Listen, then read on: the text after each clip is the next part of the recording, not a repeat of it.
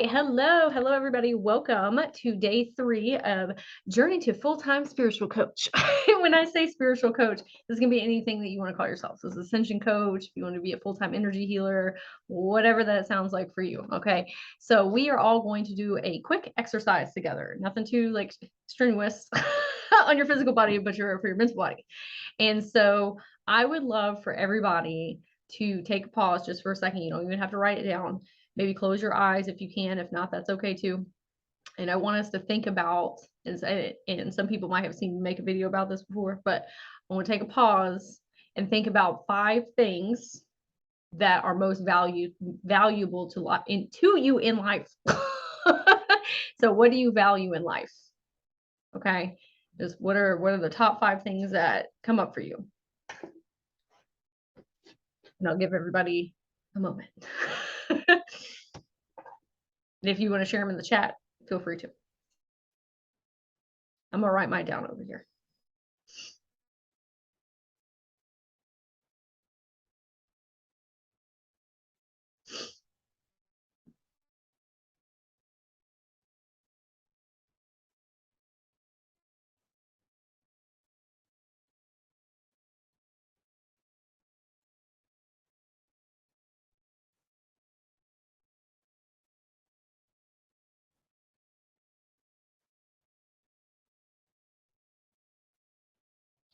Okay.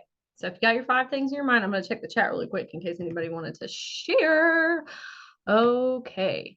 Hey, good morning. Freedom, health, love, my little munchkin pets, and being happy. Love that. Cool. Okay.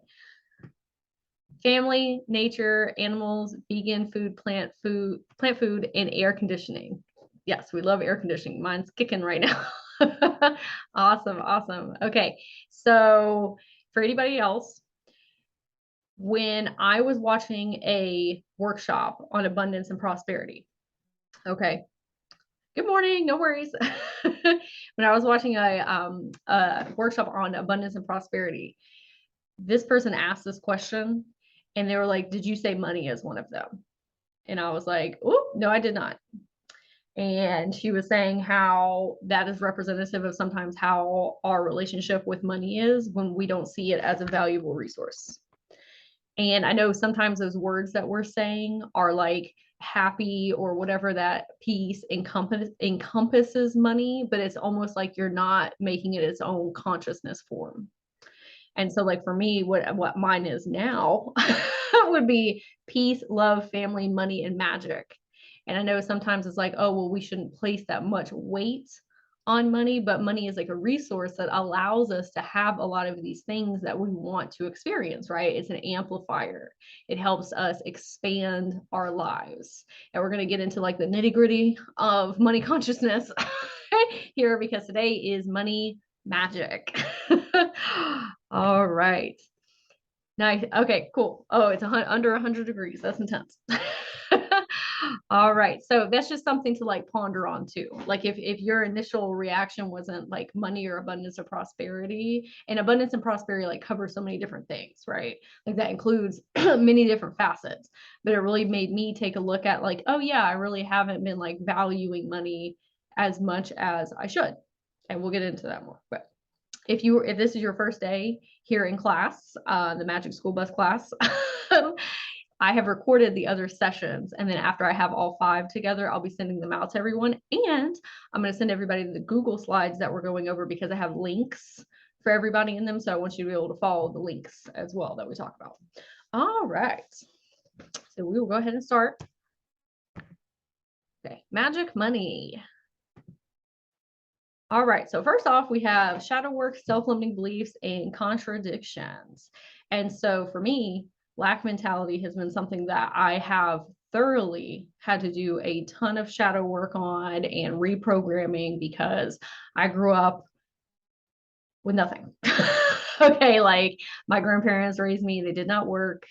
We like barely scraped by, right? Like we had to go without like a lot of things. I didn't have heat and air conditioning until I was like 9 years old, 10 years old. And y'all know, or maybe y'all aren't from Georgia, but Georgia is hot. Okay.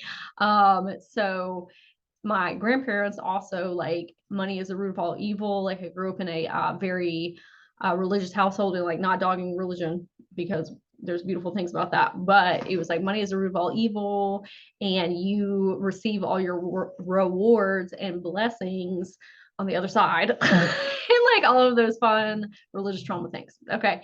So that is just something that has been like an uphill battle for me. Better now, much better now.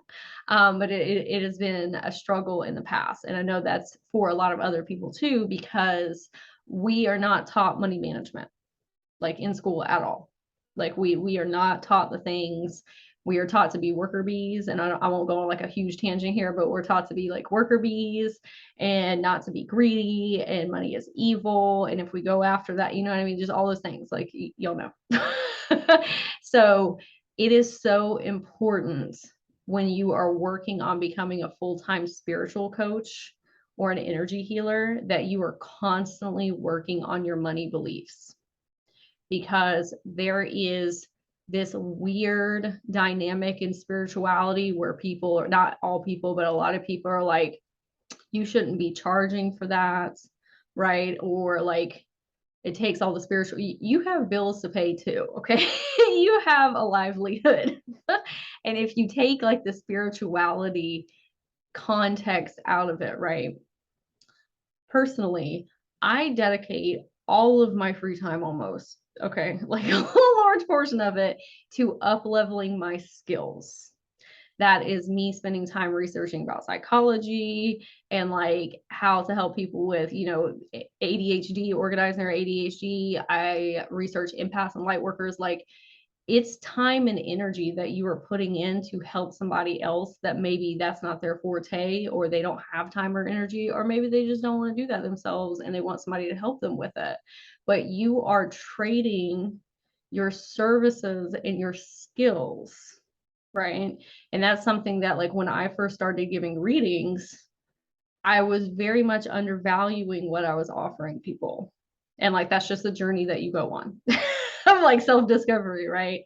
But you kind of have to take the spirituality out of it and be like, this is how we do exchanges with people.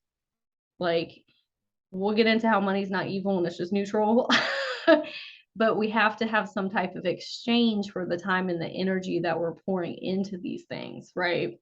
And so you constantly have to work on that, because you're going to up level. Like, I hit a new set of self-limiting beliefs every time I up level in my business, and a lot of them have to do with money. Am I worth am I worth what I want to offer, right? And there's like this weird icky guilt around it.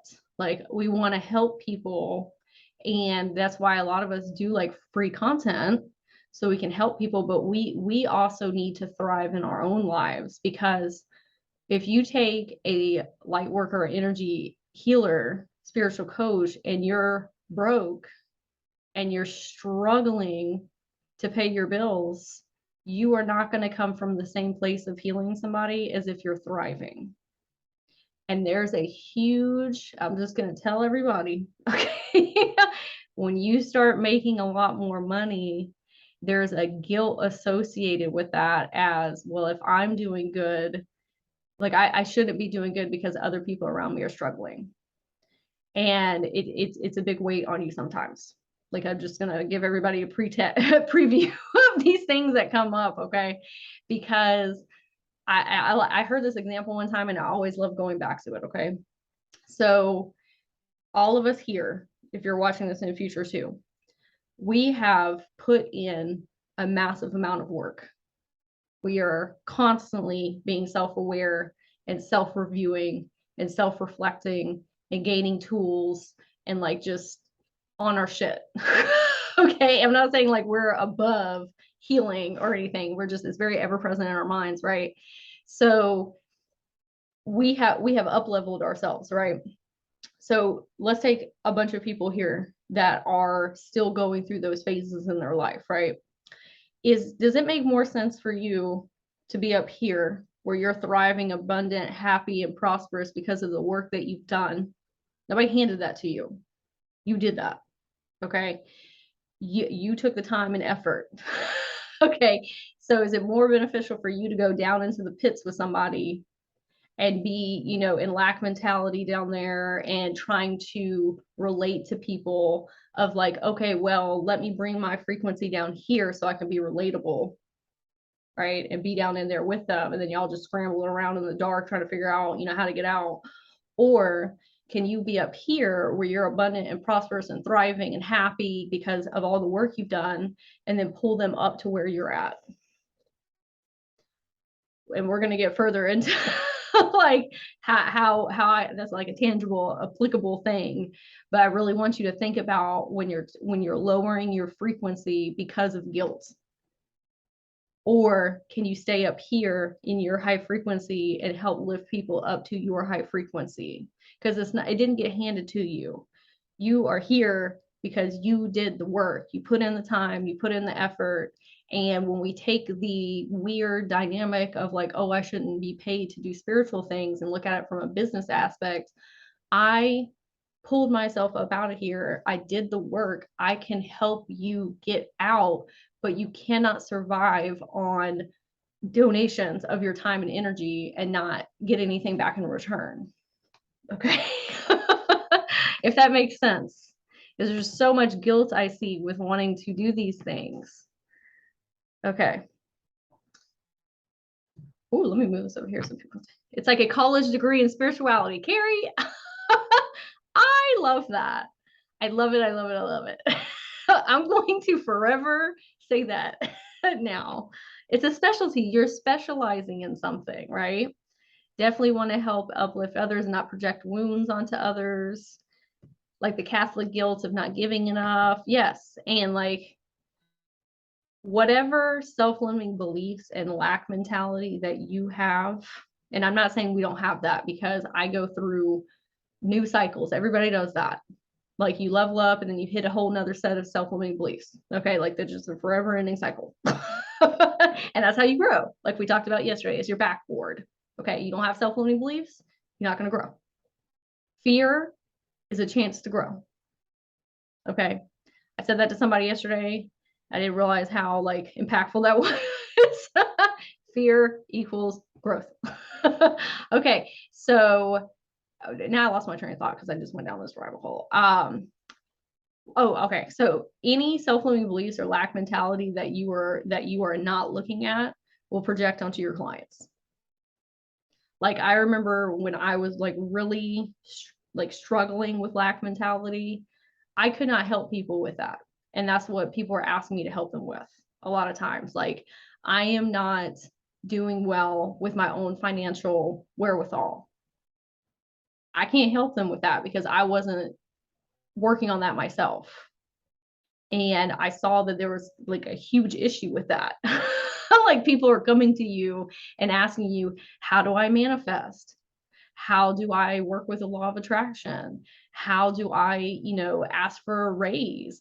Like all of these things that are going to come your way, because that's a huge like thing with people. Like money is like one of the top things that people are fearful of, and lack mentality. So you're going to see a lot of it come your way. And so if you're not staying on top of your shit, and like it's going to project onto your clients.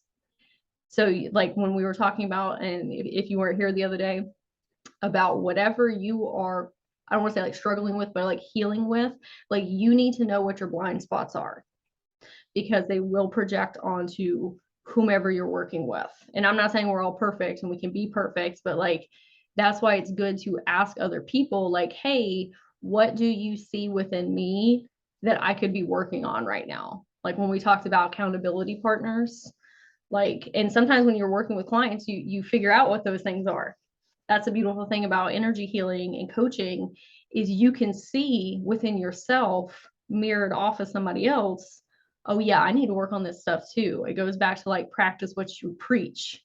And when we were talking yesterday about how people that you pull in are like a couple steps behind you usually, but they've been through very similar life experiences, it's very good checkpoints for you too, of like, how am I doing with that? Not taking on their stuff, because we talked about being an observer and not an absorber, but just kind of like doing a reflection with the people that you're working on. Like, oh yeah, I could probably work on that too. If I'm getting triggered by something, that means I need to do some work here. Oh, contradictions. Contradictions about yourself or your lack mentality, okay, has been the biggest game changer for me. Like, your subconscious likes black and white. Like, it likes this or that. Okay. So if you can find contradictions for those self-limiting beliefs, it like completely started unlocking things for me. Like, and I'll give you an example. So at one time I was like, I can only receive money from work, from my job. And I was like, you know what? Let me find a contradiction to that. And I was like, no, that's not true, because I find money on the floor all the time, like pennies, nickels, dimes. I've had people gift me money. I've had people donate money to me, like just randomly, right? Like, so that's simply not true. Or like, there's just whatever beliefs come up, find a contradiction to it, and it lets your subconscious let go of it. But you have to keep at it and keep reminding your subconscious, like, no, that's not true because of blank.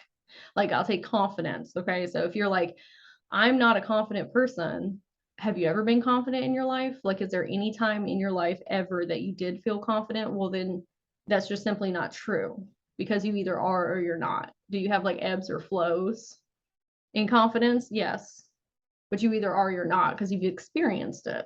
So if you can find those contradictory statements, like, I challenge you to write out a list of all of your self-limiting beliefs around money and sit there and find contradictions and see how wild like your experiences change around you, because your subconscious is like, let me find new experiences to affirm that that contradiction isn't real. It's not real.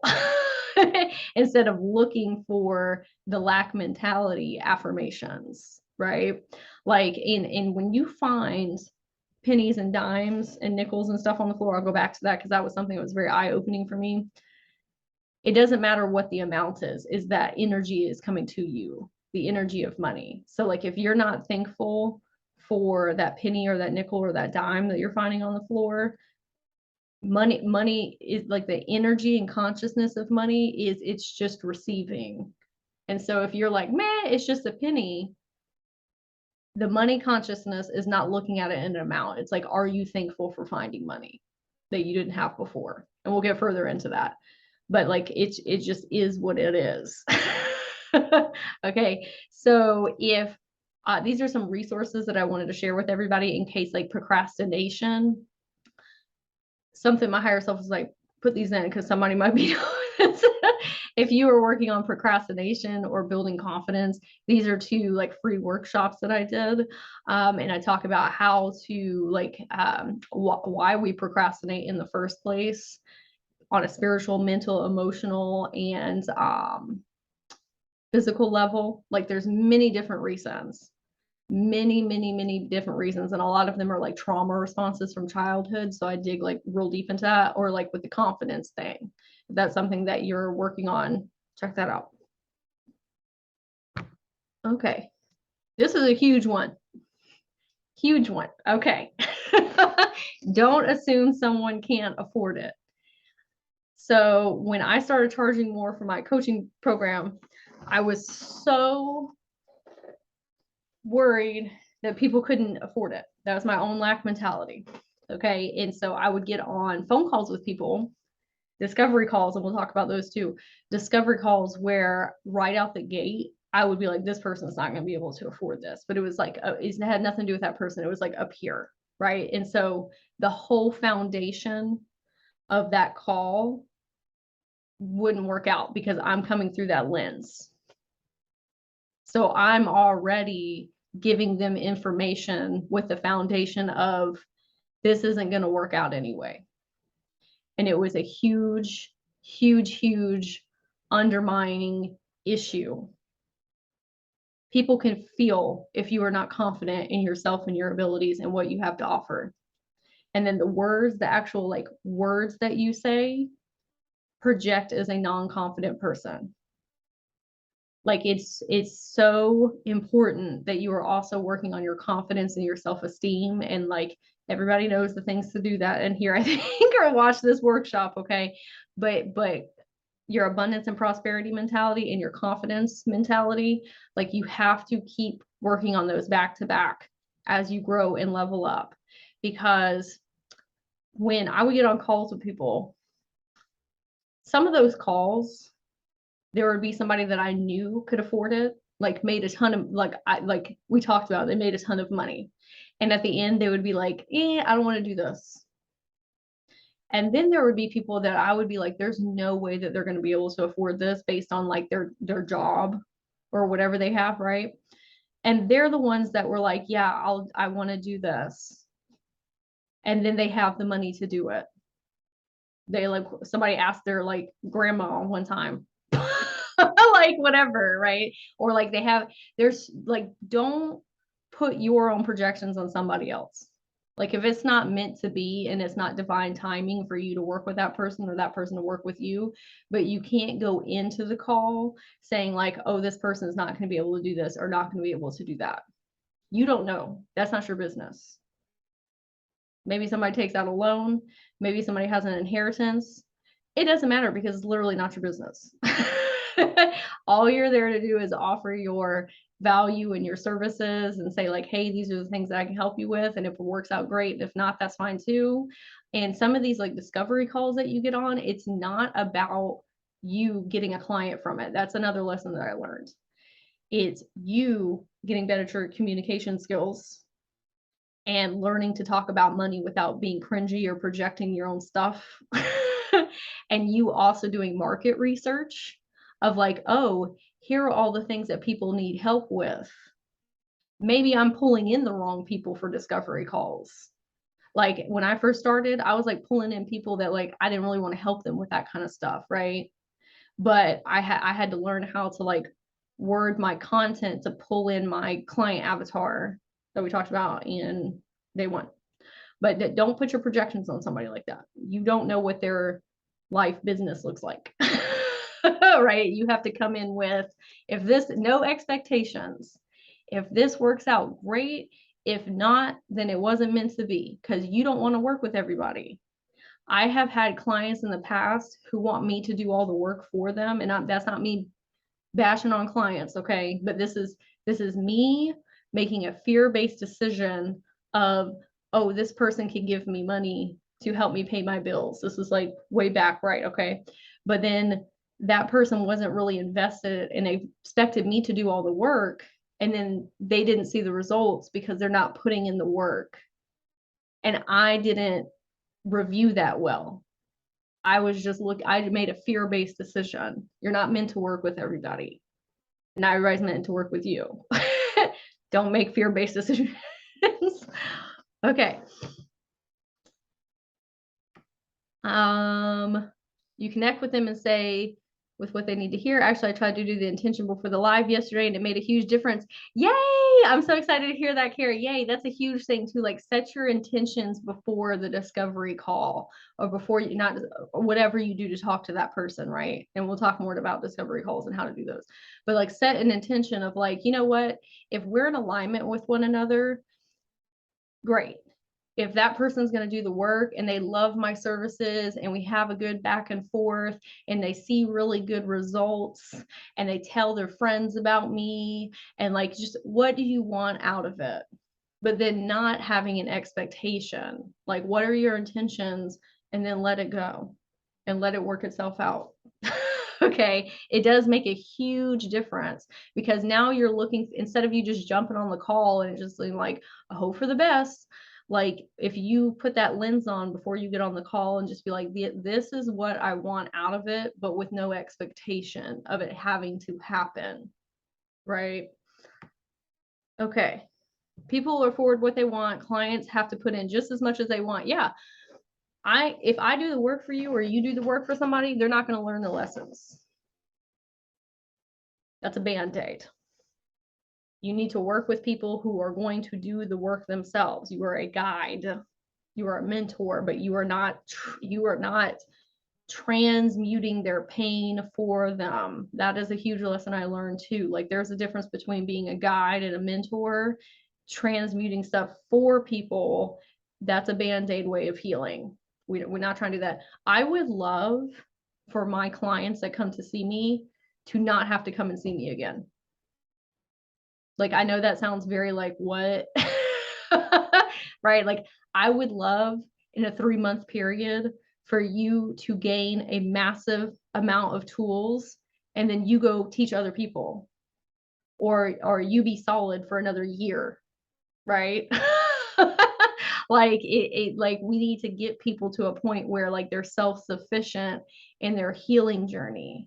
And I'm not saying that not to care. Like if you want to work with somebody for a year, like that's great. We love that, but we're not doing it of like, you need to keep coming back to me. Like I want you to get to a point where you're solid, at least for a while, right? With the tools that I gave you. Okay. I gotta make sure I keep checking the time here. Whoop. Oh, and 1, 2, 4, 5. That's okay. What are my services worth? Okay, so I made a video about this yesterday. I was in a live and somebody said life coaches are really expensive, which we're not saying that's not true, because like coaching is a luxury, or like even energy healing. And it's something that's needed because a lot of times people can't see their blind spots and you need a guide that's like can mentor you, right? If that's what you're trying to do, make like really big life changes.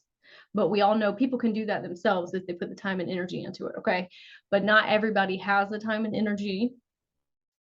And some people just don't want to do that. They want help from somebody else or somebody that knows more like what they're doing.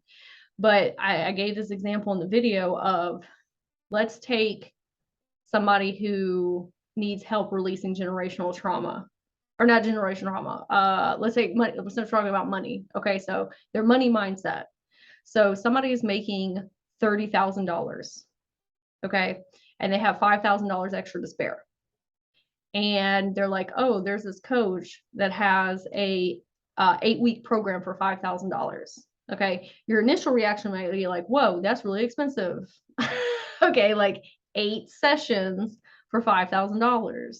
If you're breaking it down like that, because that's lack mentality.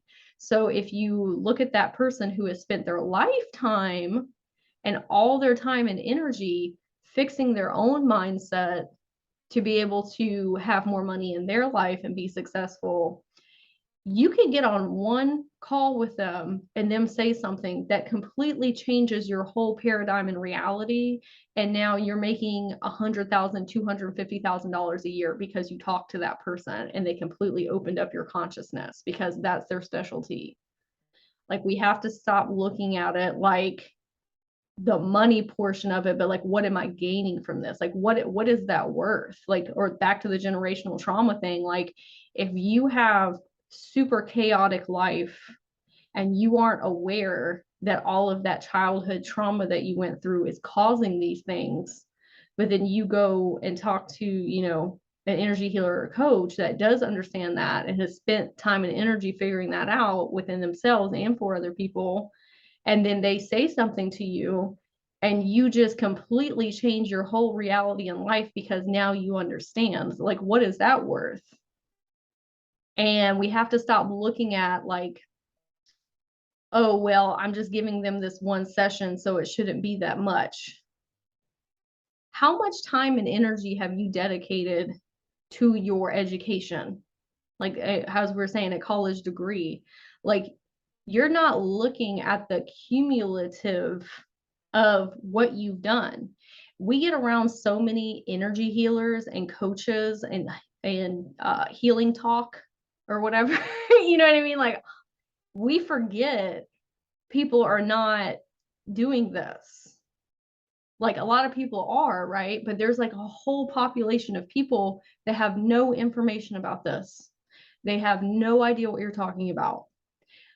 And it's wild when you start bringing people in like that, because you're like, I don't really see my own magic. I don't see the cumulative things that I've done to get myself here. You just think it's normal, like regular schmegular gifts. Right? But it's not for everybody. And that's because you've crafted and spent time and energy doing that.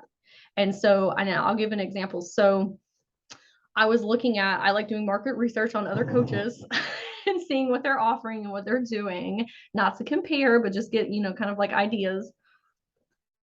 There's this really big spiritual teacher in the community, and I went on her website, and she, in the past, if I had looked at how much she was charging, I would have been like, ain't no way.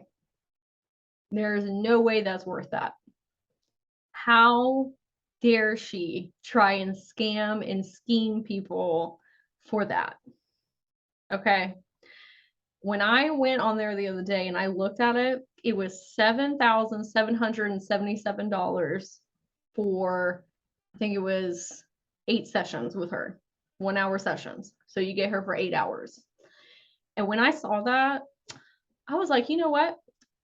It's probably worth it, because she has spent her whole life dedicated. And what if within that 8 hours, she completely changes your life? Like, it's all about perceptions and awareness and understanding. But if you try and chalk it down and quantify it to monetary value, that is lack mentality. And I'm not saying you need to charge $10,000 for your coaching program. Okay. And some of this is like a slow roll build, right? But you only have so much time and energy. Like, I really want people to understand, like, this is why I went from like just doing individual sessions. And that's not the only reason, because I like working with people long term, because we can grow and evolve together on a more long-term basis, and we can just do more with one another, right? Seeing each other every week. We can build upon things. But you only have so much time and energy in your life. And so if you are doing things that are like barely scraping by, it's going to be like that. It is going to stay like that. So you have to work on your money mentality, because I can look at that now, her program, and be like, wow, when I come into that, because I know it's worth it. When I come into my financial wherewithal where I can work with somebody on that level, I absolutely will, because I know it's worth it, because I know on the other side of it right now how much time and energy somebody puts into something to get themselves to that level. It is worth it. And I'm not saying that for everybody. Like, some, it's not, like, please use your discernment, because some coaches and healers be out here trying to scam people. Okay, so we need to do our research. Like, do your research, because some life coaches and energy healers use a lot of fear tactics and fear mongering and stuff. Like, you use your intuition, your discernment. Okay. People pay, oh, here. Okay. People pay that for doctors or artists. They are masters of their field. And like I said, we have to look at it as a degree in psychology. It really is. Like, you spend, like, when I went, I racked up some mega, like, $40,000 in my psychology undergrad bachelor degree. Okay. Like, that's a perfect example. Like, we put in so much, like, but we don't see the worth, or we don't see like the totality of what we're doing. We're just like, oh, this is normal. Everybody knows this stuff, or everybody does this. No, they don't. They don't. Okay. What am I willing to tolerate? So this was a game changer for me. Okay. Game changer. So this video, I cannot recommend enough that y'all watch this video. It's called 9 Steps to Your Most Abundant Life. And there's this girl named Reagan Hill. What, I don't like to say girl, it's just person named Reagan Hiller. And she became like, she went from nothing to like a millionaire by the age of 23 or 24, right? But she like completely reprogrammed her mindset. Thriving. And she helps people for a living. Like, she does. She's just like a manifestation coach. Okay. This video completely changed how I see money. And so like this was like a huge pivotal point in my life watching this. And I always recommend it to anybody that is working on these things. So in this, she talks about like, what am I willing to tolerate? So if you, and sometimes we don't want to look at our financial place in life because we're like, I don't like that. And if I look at it, it's just gonna make me depressed and it's gonna make me sad. Okay. But if you don't look at it, you can't work towards it. And you got to have like a basis point. So she says to take your find out what your thermostat is. Like, where is your thermostat on? Like, think of your home thermostat. What temp is that on? Mine right now is like on 68. Okay. But take 12 months of your income and divide, like add it all up and then divide it by 12. That is where your thermostat is set. That is where your beliefs are set. And I know a lot of people will be like, oh, well, that's what I get for my job. There's a whole other way to get money. There's a million different ways to receive money, a million different ways. That's your thermostat. It is set. And she's like, we have to raise our thermostat amount. Like, what am I willing to tolerate? Because what's going on in your life right now, even if it's great, but you want more, if you've been in the same space in life for like a hot minute now, that's what you're tolerating. And if you want to move up, you have to be ready and willing to move your thermostat up. And she was like, you have to pick an amount that's not like wild, where your subconscious is like, listen, I don't know if we're going to make $1 million next month. Okay. Because it's like, you have to work on these things in small increments. And so for me, and I'm going to tell you that when I did this, I went up to, I want to make $4,000 in a month. And I did. And then I said, I want to make $6,000 in a month. And I did. And then I said, I want to make $8,000 in a month. I didn't. I didn't get to $8,000, but I realized that was pushing too far and too hard on where I was at with my beliefs. But before that, I was making like $3,000. And like, it really unlocked something that like I was the only one that didn't think I could do that. Because when I really put my mind to it and opened up that window of possibility, I did it. I was shocked, like shook. Okay. And I would love to explain this like more in depth, but this isn't the video that I created. This is what she created. So watch this video. It's very eye-opening. And she explains more in detail, like how to make that happen. She also talks about when you have your new thermostat is to whatever that amount is for the year or the month or whatever, we need to write out 20 beliefs that coincide with that. Like, I receive blank with ease and grace. When I receive this, I feel magical and whimsical. When I receive this, it's not just from my job. Like, it's from other, like, match up 20 beliefs with that new amount. And when I was doing this particular activity, I was doing that every single day. Every day. I was writing those beliefs out every single day, keeping it present in my mind. And then I manifested those 2 months. That last month, I doubled what I made income. And I was just like, what? But then I had to go back because I didn't manifest that $8,000. I had to go back and say, okay, well, obviously there's more work that needs to be done here because my realm of possibilities was not open to that yet. But that was good because then I had a growth of like, okay, well, what can I do here to get my thermostat up into a realm of possibility? Okay. What is the video called? It's called 9 Steps to Your Most Abundant Life. And I realize that y'all don't have the Google slides yet. So hold on. I will, 9 Steps to an Abundant Life. Okay. This is the video here. And I'll type it in the chat. That's what she looks like. And her name is Reagan Hiller. I'm going to type it in the chat here so everybody can see. Okay. Nice. You can watch it today. To your abundant life. And her name is Reagan Hiller. Don't stop there though. She got videos on videos. And I have watched tons of them and they have been super helpful. She's also a light language practitioner. So she helps work on an energetic level, not just psychology level. All right. Will you give us the last video's name too, please? Was there another video before that one?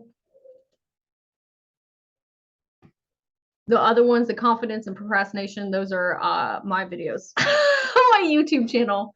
And if you want me to send those to you, you can just message me directly after here and I'll send them to you so I don't have to go through looking through my YouTube. Okay. Invest in yourself. Invest in yourself. All right. So you're gonna have to make some sacrifices. Okay. I'm just gonna be very upfront honest with you that when I first started like my coaching business, coaching practice, I didn't have like a whole lot of money. Okay. Because I was still figuring a lot of stuff out. So instead of like going out and buying Gucci bags, and nothing wrong with that, like there's nothing wrong with that. Okay. But like utilizing money for things, I would put that back in my business to help me further my business, like a ring light, getting a better computer, getting a webcam. Like there's things that in the beginning you have got to make sacrifices. This goes back to like how much time and energy and effort are we willing to put in here? Like instead of me going out and partying, right, that's I spent time and energy doing this stuff. And not saying don't do that and like you can't go out and have fun, like please do that, but I think y'all know what I'm saying. And the same thing with like the financial stuff. Like if you are starting from ground zero and you don't have $50,000 extra money in the bank, you have to be smart and pour back into your business and up level where you can when you can, right? So just be mindful. But investing in yourself also looks like taking care of yourself and eating right and drinking water and taking vacations when you can and having fun when you can. Like you don't have to be on your grind and hustle 24/7.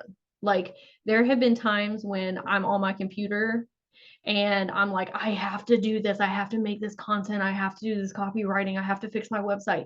And my inner child would come up and be like, listen, can we just watch a Disney movie?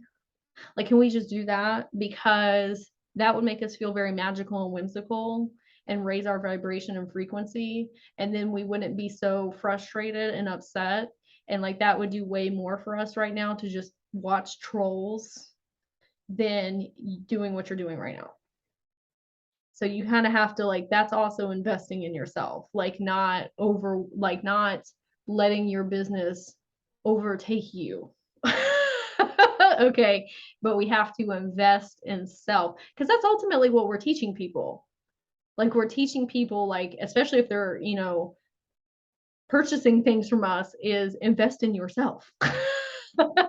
Like, because that's ultimately what it is, like investing in yourself and your health and your wellness, right? So if we're not doing that, we're not going to show up for people like we need to and practice what you preach. Okay, so this is a big thing. And listen, this is a learning curve, okay? This is not me saying that you need to charge $7,000 for your coaching program or that you need to charge $300 for your sessions or your readings or like whatever, because this is something that everybody goes through and it's a learning curve. I am just here to tell you what I went through and what is going to come up, possibly, but take these with grains of salt. Okay.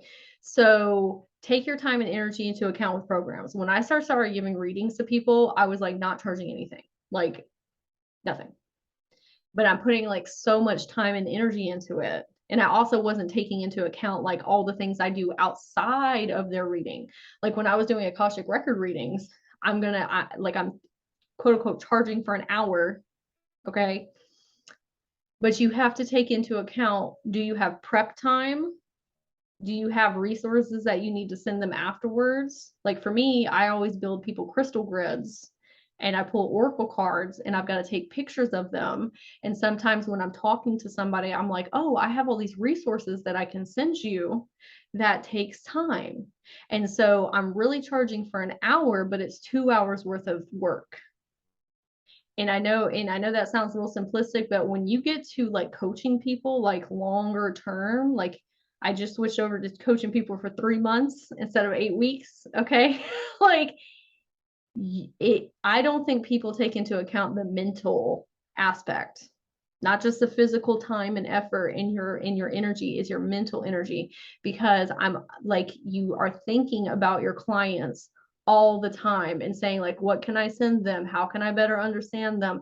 Let me watch these resources to help them. Like I have a client right now that has some health issue things going on. And I was like, please send me a list of all the health things that you're experiencing so I can research all of them to better understand how to help you heal. But that's time and energy that's outside of the quote unquote us seeing each other for a week that I am dedicating to help them and finding them resources and texting them in between sessions. Or like maybe they're going through like a crisis and I'm like, hey, let's hop on like a 30 or 40-minute phone call. But again, you only have so much time and energy. So we have to take those outliers into account as well. Like, yeah, you might be doing an hour session with somebody. How much prep, how much afterwards, how much, you know what I mean? We got to look at the whole aspect. And like, how much are you having to plan? Like when I first started coaching, I would spend like so much time like planning and outlining what I'm doing with a client and figuring out like how to best optimize our 6 to 8 weeks. That takes a couple of hours on top of the 8 quote unquote hours that you think that you're going to be working with that person. No, it's not. It's like 16, 20 hours. But when you're looking at it like, oh, well, I'm only talking to them for 8 hours in totality over an 8-week program. No, you are putting in 16, 20 hours worth of work, whether it's physical or mental energy or researching for them. Like I've had clients that have BPD, right?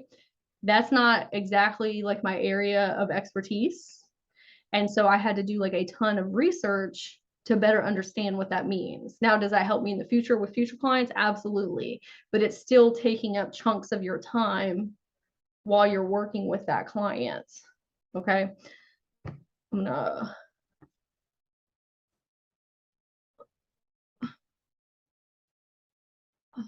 gonna go back up to see if there's any questions. If anybody has any questions, let me know too before I move on.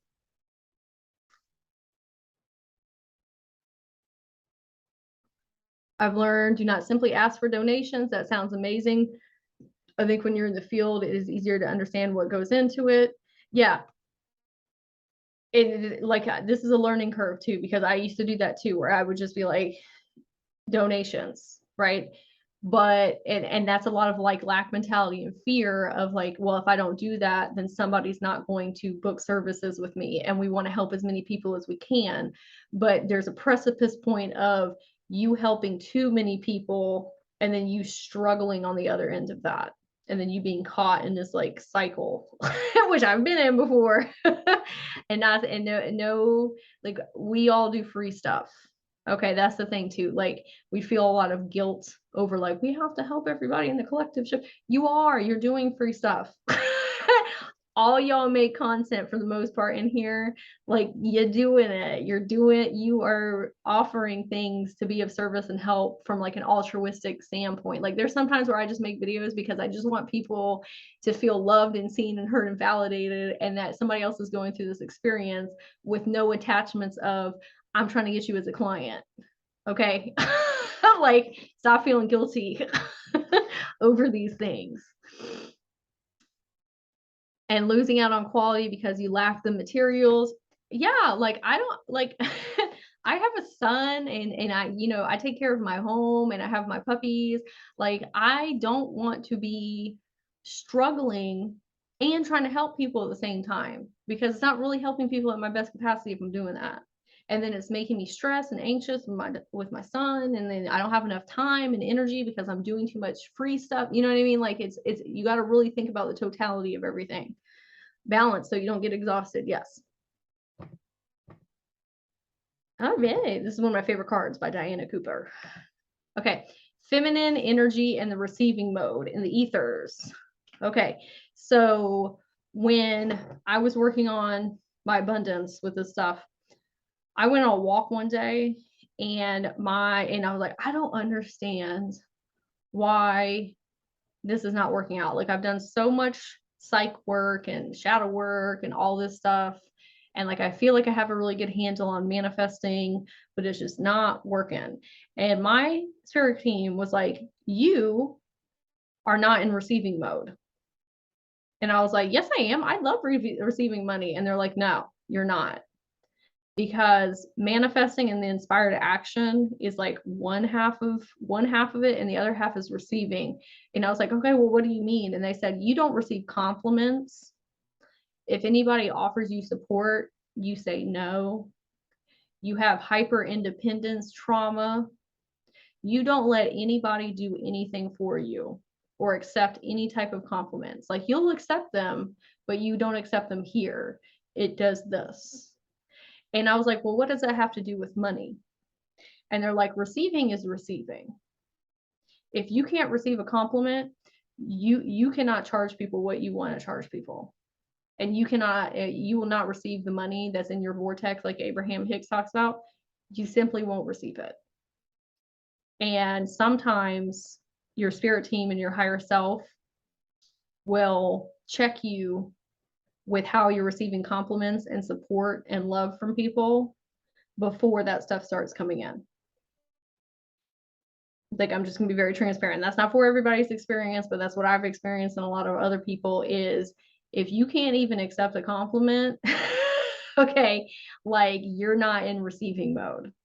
And I know that's hard for some of us, and it doesn't seem like they're correlated with one another, but they are. They really are. Like, people used to tell me like, oh, like, you're so helpful. Thank you so much for helping me with all these breakthroughs and all this stuff. And like, I would just be like, yeah, that's normal. Like, it's not a big deal. I'm not special, and everybody's special. But I would just be like, it was self-worth. Your self-worth is also tied into receiving mode.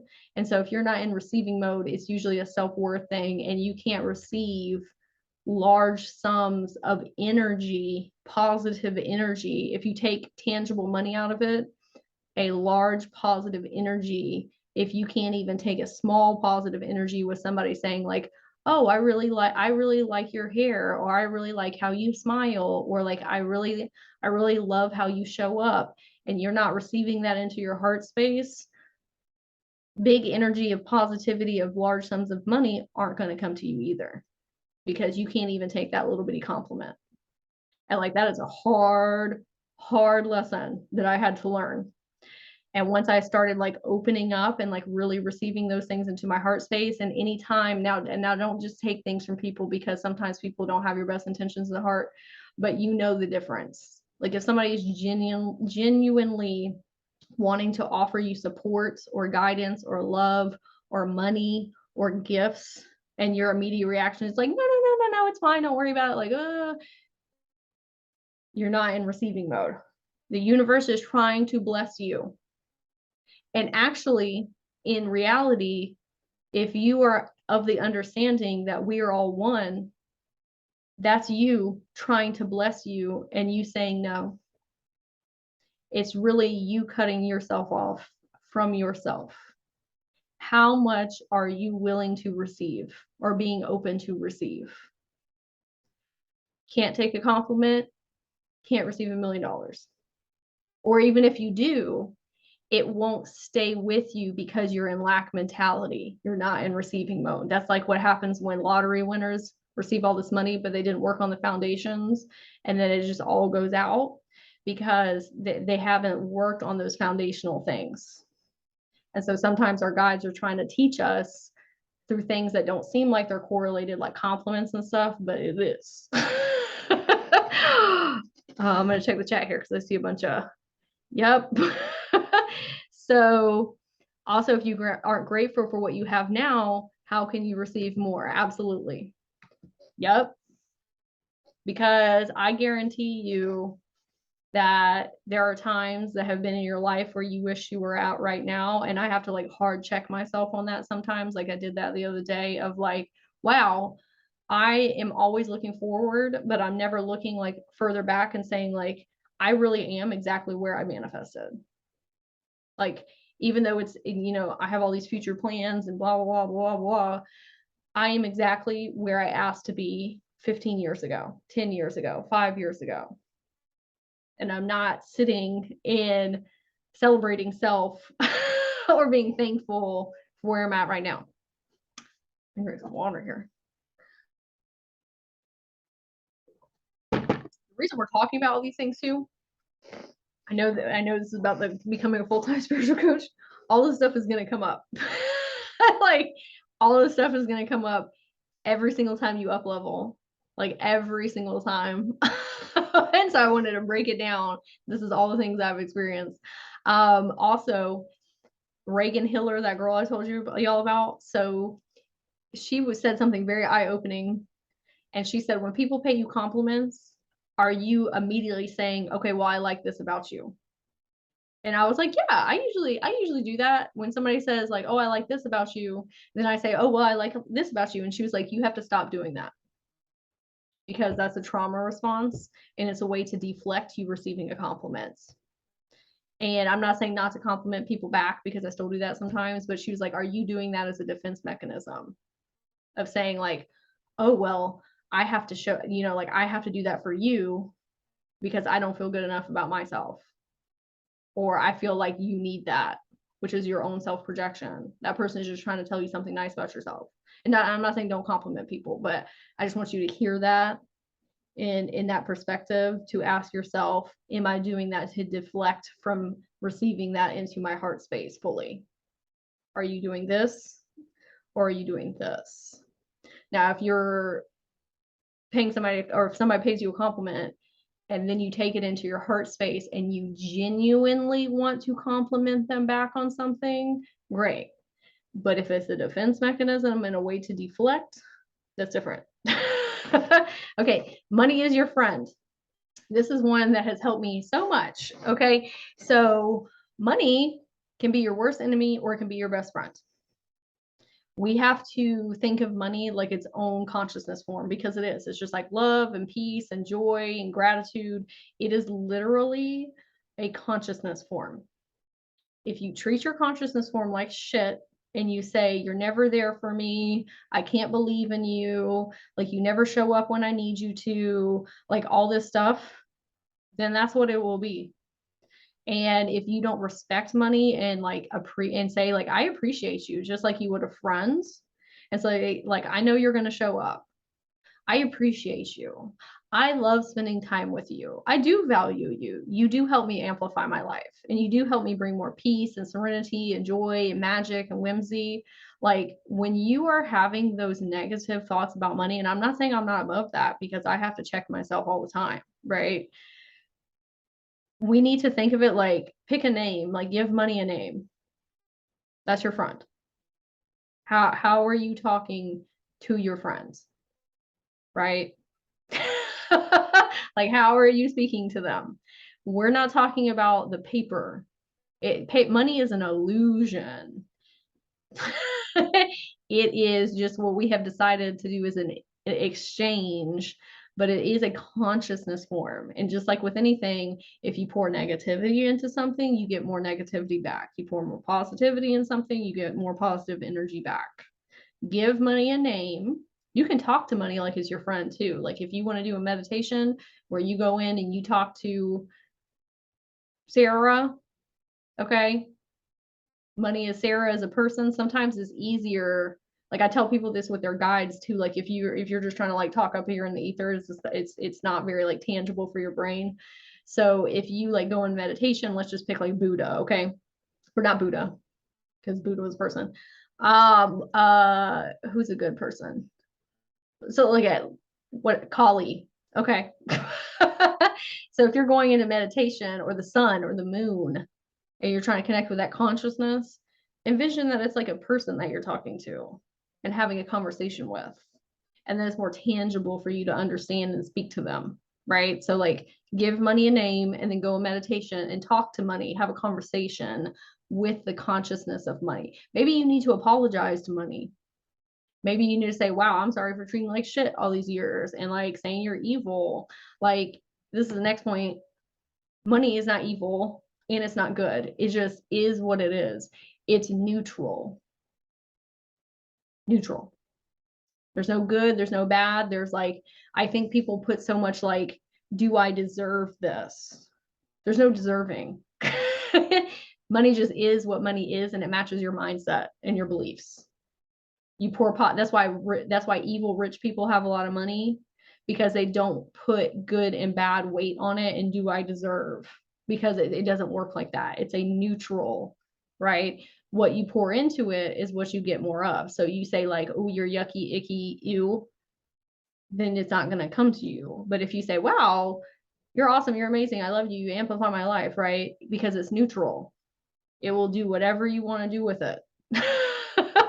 So if you treat it like a friend and appreciate and thank it, it will come to you. Just like a friend would, if you're like, they're a hype person, you're like, I love you, you're amazing, I love spending time with you.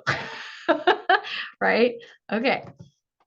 The law of least effort. This is something that I have actually gotten like more into recently, is we don't always have to like hustle grind for money either. Like that's a very capitalistic like viewpoint, right? Like if you're working in the ethers and you're working on your relationship with the consciousness of money, and you like really have a deep understanding of like money can really just come to me whenever and from wherever. It doesn't have to come from like one specific place. It's more about matching my energy and my frequency to a positive outlook about abundance and prosperity. And then it just starts coming in from all different places and spaces. Or I get new innovative creative ideas. Like maybe you come up with a new class or a workshop or a new offering for people, right? And so you don't always have to grind it out on the 3D plane. You can get up in the ethers and be like, you know what? These are my intentions. I am putting in the work. I am doing the inspired action, but we can't constrict and like make things happen, because oftentimes that pushes things away from us, is like that having to have it in a certain outcome, right? Or like forcing it to happen, because that's when money's not fun. When you're forcing money, that's not fun money. That's not like magic money. I'm going to check the chat here. Okay. I got complimented daily by hundreds, but I didn't accept it in. It's really mirroring back to you. Like, this is how the universe and other people see you, and how your higher self sees you, because it's all different versions of you, and it's trying to wake you up and say like, hey, this is really you. Like, you think it's somebody else. Like, you think that person is somebody else, but in reality, if you back it all the way up to source, that's really you in somebody else that's trying to compliment you, but it's really you. But it's like, are you accepting that? Okay. Yeah, sometimes being polite. Okay. Oh, I like talk to it on a I like that, talk to it on a personal level. Daddy Warbucks. If that's what you want to call it. Money. Daddy Warbucks. Go for it. It was very funny. But yeah, talk to it like a friend, because then you're taking like the tangible like dollars and cents. You're taking all that like icky yucky stuff out of it, and you're like, this is just my friend that I'm coming into the ethers to like talk to and like help heal my self-limiting beliefs and appreciate and love on it, right? And we're not putting like huge exorbitant weight on this. Okay, we're just healing our relationship with the consciousness of money. Okay, let me check the time, because I'll be going way over. Do you see your magic? So this kind of goes back to, oh, an inspired action. Okay, actually, I'll get back to that, because we're going to go back to that. But do you see your magic? So this is what I was talking about earlier, that sometimes when you're like way into your spiritual journey, you think what you're doing is normal. And I'm not saying it's not normal, but you think that all this time and energy, because like really, to be honest with you, like I used to have nobody in my life that was into these things except like one person. Okay. And now that's all I have around me, is other healers and super self-aware people and all this stuff. But we forget that there's like the 90% that are not doing this or know about this stuff, but you're not like seeing how magical you are in your abilities and how much time and effort you're putting in. Like you're not seeing your quote unquote value. And I don't mean like how value are in a capitalistic viewpoint, right? But like what you actually are offering people. You are transforming people's lives. It's not like it's a very magical, wild skill. You are transforming people's lives, the work that you're doing, like to a core soul level. Like, I really want you to understand that. Because when I used to do readings and sessions with people, I would be like, yeah, whatever. Like, it just is what it is. Like, everybody does that. That's normal. And like, people can do that themselves, and they can, but like, not everybody like has that skill set or wants to do that. And you're here, like, literally opening up their reality with like new perceptions and consciousness levels. Like, that is dope. Okay, well, you really have to like fully grasp, oh shit, this is really what I'm doing for people, right? Because when you do that, you're like, oh yeah, I am abundant and prosperous, and I want to be abundant and prosperous, and you are. It's just like taking those filter lenses down and be like, yeah, I am the shit. And not in like, and I'm cursing a lot, but not like in an egotistical way, but like, yeah, I am a very magical being that helps people transform their lives. And like when you can come from that space with helping people, you see your quote unquote worth. And you see that, yeah, it does make more sense for me to be abundant and prosperous and not have this lack mentality, because that's not helping people anyway, right? Abundant light workers. Does it make more sense for evil people, when I say evil, you know, evil people, to have the majority of the money and be the 1% and just be shitting on everybody and like not doing conscious stuff with that and perpetuating all this evil, nasty stuff in the world? Or does it make more sense for all of us to be the most abundant and prosperous because we're making conscious decisions and we are helping people? Like, anytime that I have extra money come my way, I send it to my other light worker friends.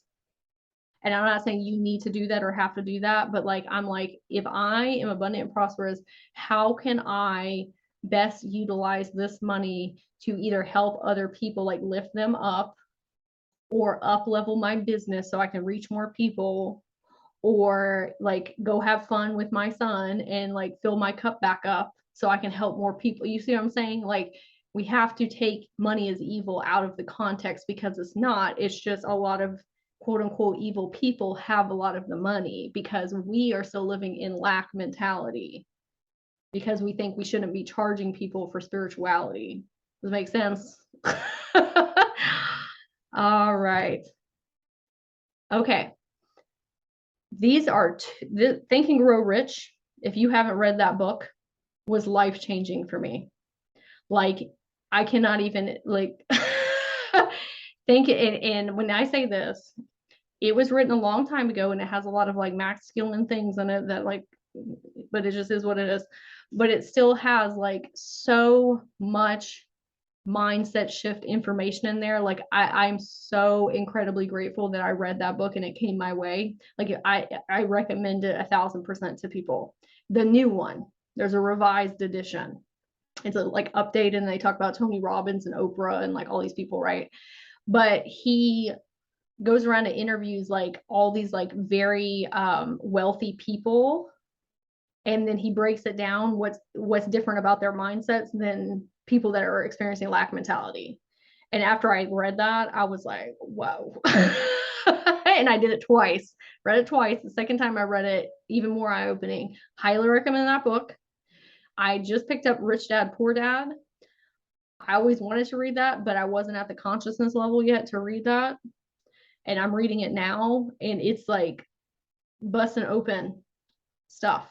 Like, I read 2 chapters and it did more for me than the manifestation and money mindset stuff that I've been doing for months.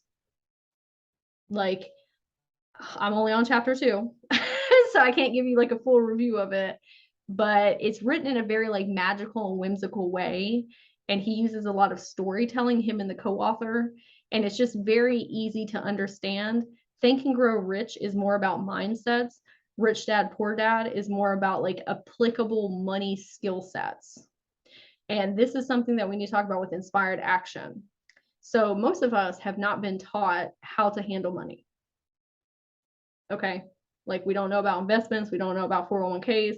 We don't know about taxes. We don't know about nothing. Okay. Not everybody, but a lot of us don't know about that stuff. And this is a lesson that I've had to learn of nobody's going to teach you. If you're not in school, you have to teach yourself, and it's your responsibility, and you can do it. It's very overwhelming and it's scary because it's like so much, and we don't have like a good foundation or basis point or somebody like mentoring us.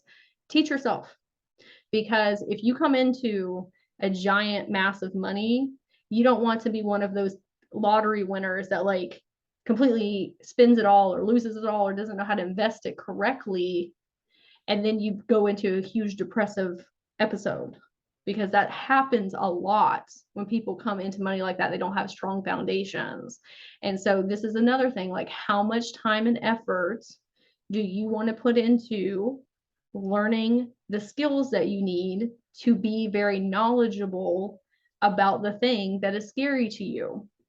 Because in Rich Dad Poor Dad, he says the fear behind money is the lack of knowledge. It's not about it coming and going. He said that he's met so many people that don't have any money, that are afraid of money, but then he meets people that are like millionaires, like mega millionaires, and they don't spend any of it and enjoy it because they're so consumed with losing it, because they have no idea how to manage it. So like when we talked about before, like working in the ethers and working on your energetics with money and your frequency with money and your consciousness, like, money is your friend. On the flip side of that, you got to do the 3D human work aspect to understand the dynamics of how money works here on this plane. Like there's etheric friends of money, and then there's how does money work as a tangible form here on earth. And I'm not saying you have to learn how to scheme and do all the stuff that like evil people are doing with money, tax evasion and all that stuff. But you can understand, you can have a skill set, like a basic skill set, not even basic skill set, like an advanced skill set on, okay, I'm going to be abundant and prosperous, because I know that all of us in here are like, I want to be super abundant and prosperous. Okay. What you got to have the wherewithal to handle it then, right? Like I owned a business beforehand, the doggy daycare. I had zero skills and did not handle that money well, and ended up losing a shit ton of money and owning a bunch of taxes. Because I was like, I'll just deal with that later. Whatever. Don't worry about it right now. And then it bit me in the ass. Okay. Like, because I didn't care enough to go out and figure out how to handle it. I was making a bunch of money, but then I lost a bunch of money and didn't handle my taxes right or care. And then I ended up owing a bunch of money. So it ended up neutralizing, if that makes sense. And that was just a lesson I needed to learn. All right, I'm going to check the chat here, and then we'll be finished up in just a second. Okay. Rich Dad Poor Dad is a phenomenal book too. Yeah, it's a really good read. It's very story-like, which I do very well with. I lived that chapter already. I'd like to invest properly this time. I reinvested poorly. That's where I'm at in our business. Yeah, we can't just say, not you, Diana, but we can't just say like, oh, I'll figure it out later. Later never comes. Okay. You get caught up doing other stuff. Start today, like with that book, Rich Dad Poor Dad. I was like, I can read that for 10 minutes a day. I don't have to figure out all this stuff right now. I can just do it a little bit at a time, right? With anything in life. Okay. Fear-based versus spirit-based decisions. We need, like, sometimes in the past, I have made content where I'm like, well, if I don't do this, then I'm not going to get clients. And then that projects in the content, whether you know it or not, or whether you can spot it or not, it does. or like when you're making a fear-based decision, that decision is going to carry the trail of fear. And that's why things don't work out sometimes when we're coming from that fear base, because it has the energetics of a fear-based decision. So when you're making decisions, whether it's making content, making a website, talking with clients, we need to like, am I making a fear-based decision? Okay. I'm going to give y'all a tangible example. Okay. So I've made content where I'm like, if I don't do this, I am not going to get more clients. And then my business is going to crumble out from under me, blah, blah, blah, blah. And then I wonder why the content doesn't take off. So I made this video, and some of y'all might have seen it, where I was something was telling me, hey, you should go take the dogs outside. My higher self, you should go take the dogs outside. I said, okay, I'll go take the dogs outside.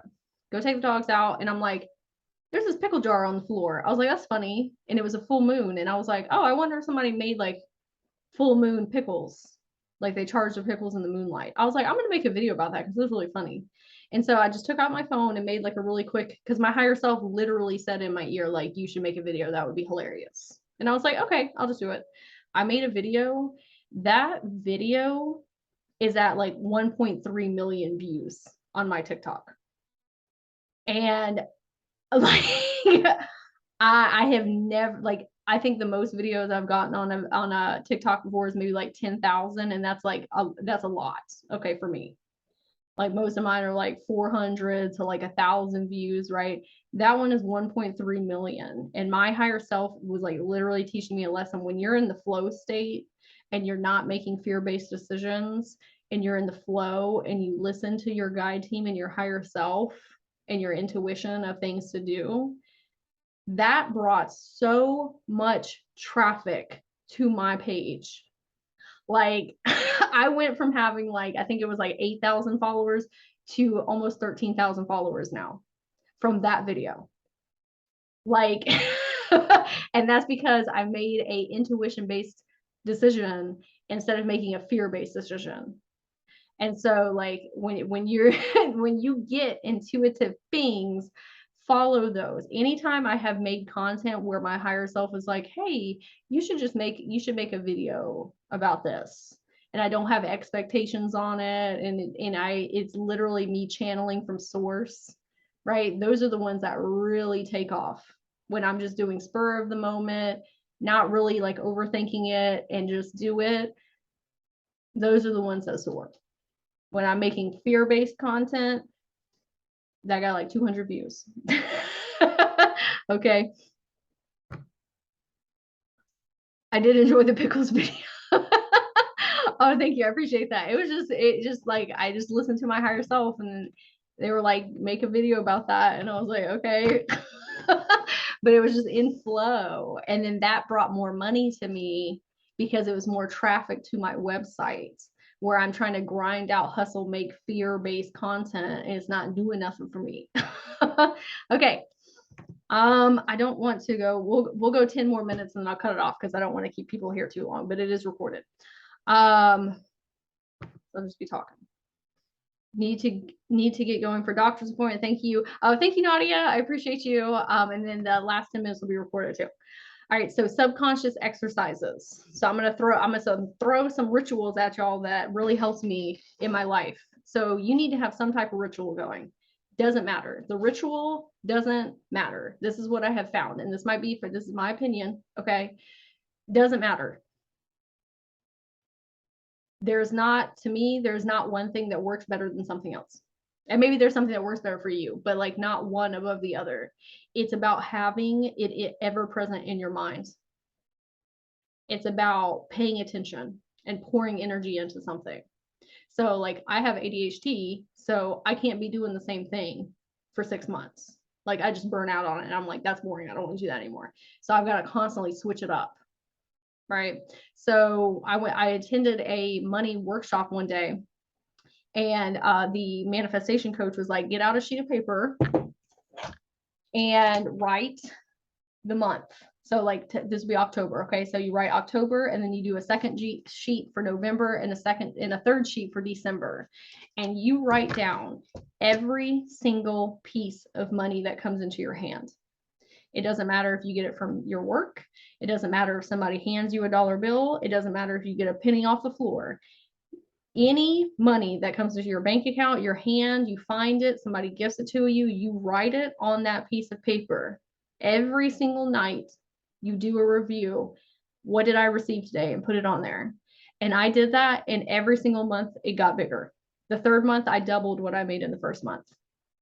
Because your subconscious is working from, I have a job to do to figure out how to double or triple this money.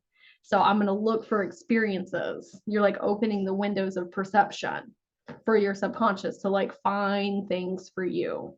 Okay. That's one. The contradictions that we talked about. I just did this with my friend where we wrote out a check from the universe, and I dated it a year from now. This is something that Oprah has done and Jim Carrey. And you date it a year from now, and every single day you go look at the check, you touch the check, and then for 1 minute you go in and you really embody what emotions and feelings that you would have with whatever that amount is. So if that amount is going to bring you more peace and joy and serenity and happiness and bliss and magic and whimsy and amplify your life, you can feel those things now because you felt them in the past. And a trick that I found is that if you're like, well, I don't know what it would feel like if I had $1 million. Okay, what feelings would that bring you? Let's say bliss, serenity, peace, joy. Okay, what memory in your life, like the birth of my son, okay, or like me going to my first EDM concert, festival, whatever, has given me those feelings. So I start thinking about those memories first to get in that frequency and that vibration, and then I switch over here to thinking about that money. Now we have a tangible way to get in that frequency because you felt it before. You felt those feelings and emotions before. Maybe you don't know what $1 million like tangibly feels like, but you do know what the feelings and emotions feel like. And if you think about a memory, then you can pull it on over here. Background of your phone. We are constantly looking at our phones.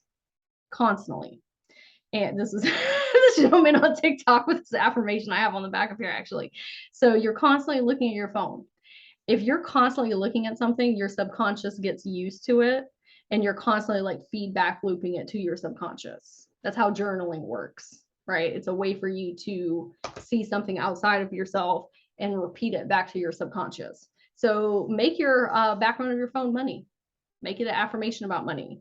Make it, whatever. Use the background of your phone like a vision board, because it's constantly going back every single time. And then switch it up. Switch it out, because your subconscious will get used to something and then not see it. If that makes sense. Is why I say if you have lists in your house, you need to move them around to different places.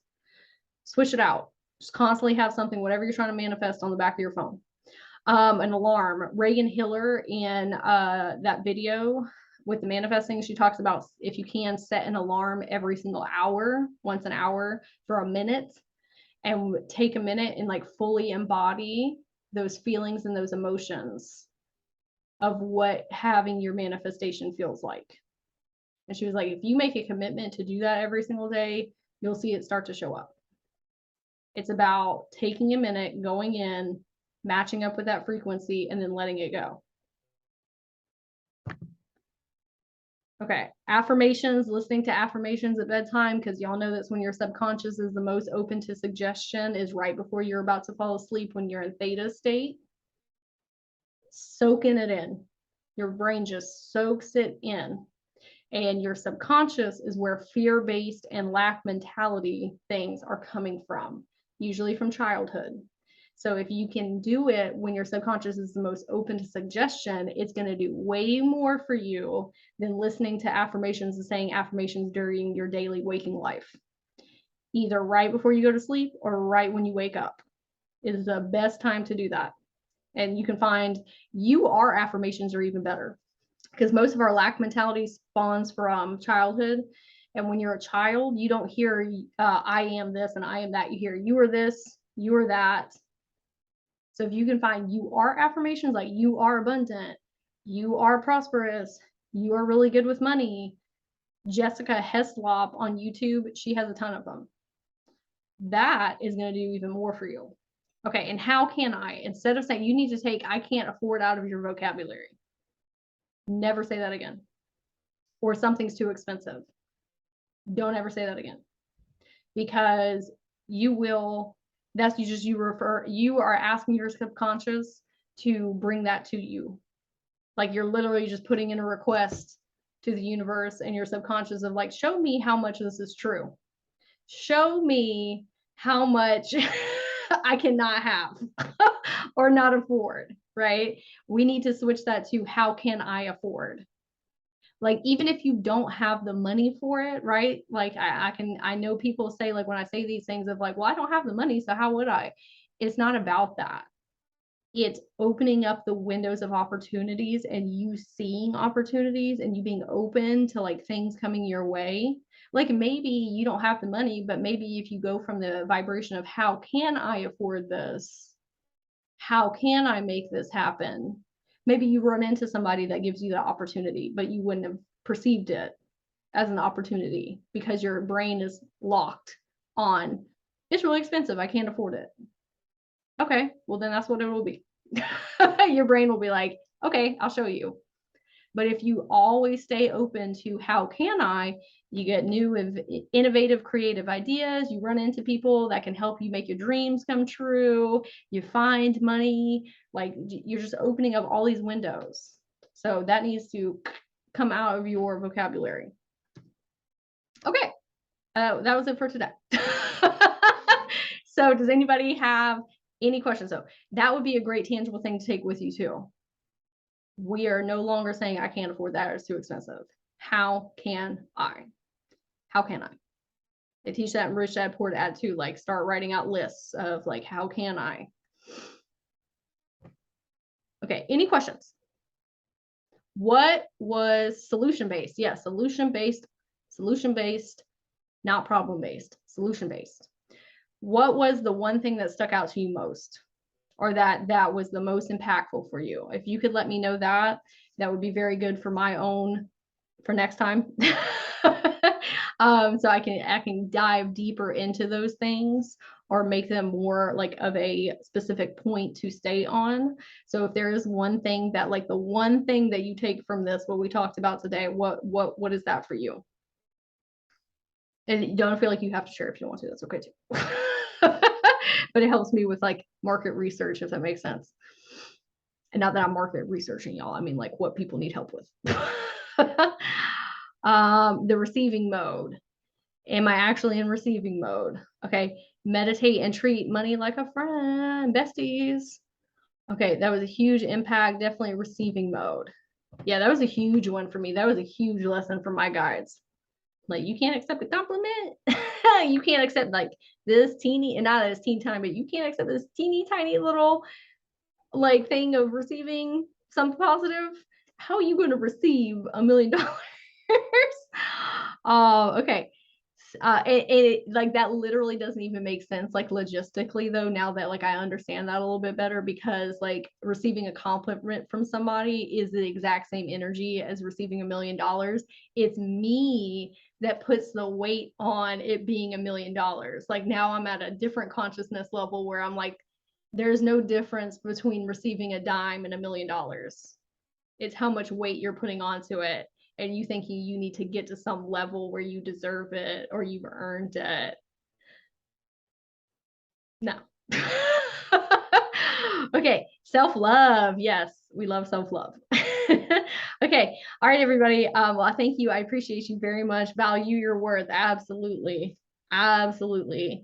What did we say? It's a college degree in spirituality. I mean, I wouldn't even say a college degree. I would say a PhD in spirituality. If this is what you're really doing with your life and you really want to be this like full-time and this like be your life, you have a PhD in psychology. Okay, thank you, everybody. I really appreciate you coming today. Like I said, I'm recording all these, so as soon as I get them all together, I'll email them to everyone. I'll also send the Google Slides as well, so you'll have the whole presentation, so you can come back and like click on links and whatever you would like to do. Okay. All right.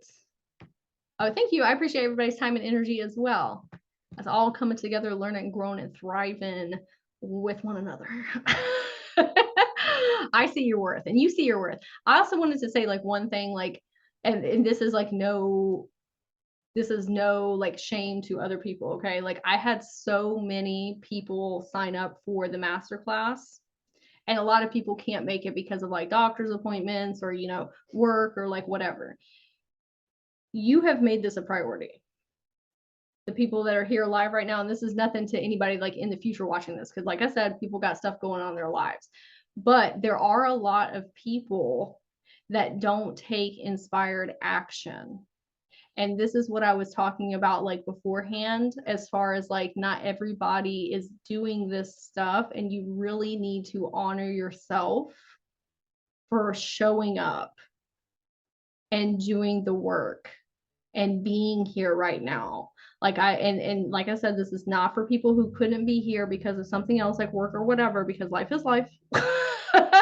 But really celebrate yourself. Even if you watch this in the future and you take time to watch this, like celebrate yourself for showing up and being here and watching it in the future, because the majority of people don't do that. They do not take those opportunities. And that's what you're here for, is to help and guide those people.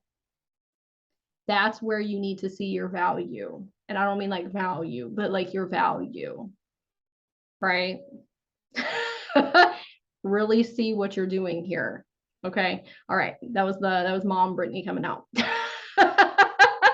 Okay. Give yourself a round of applause, everybody. Yay. Okay. This is my PhD people. The PhD people that are here right now and watching this in the future, you on that PhD level. Okay. Because it doesn't get more easier than a free masterclass where you're coming together and like I'm not asking anything of you and we're just all learning and growing together. Like it's very easy. Okay, everybody, that was my tangent for the day. So I will see some of you for day 4 and 5 tomorrow. And like I said, if you can't make it for all of them, like it's fine, it's whatever. Like people got life stuff, but I know a lot of people will end up watching the replays, or the people that came here live. Okay, I'll see y'all later. Bye.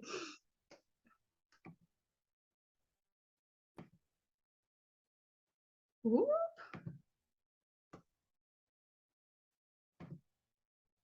The heck?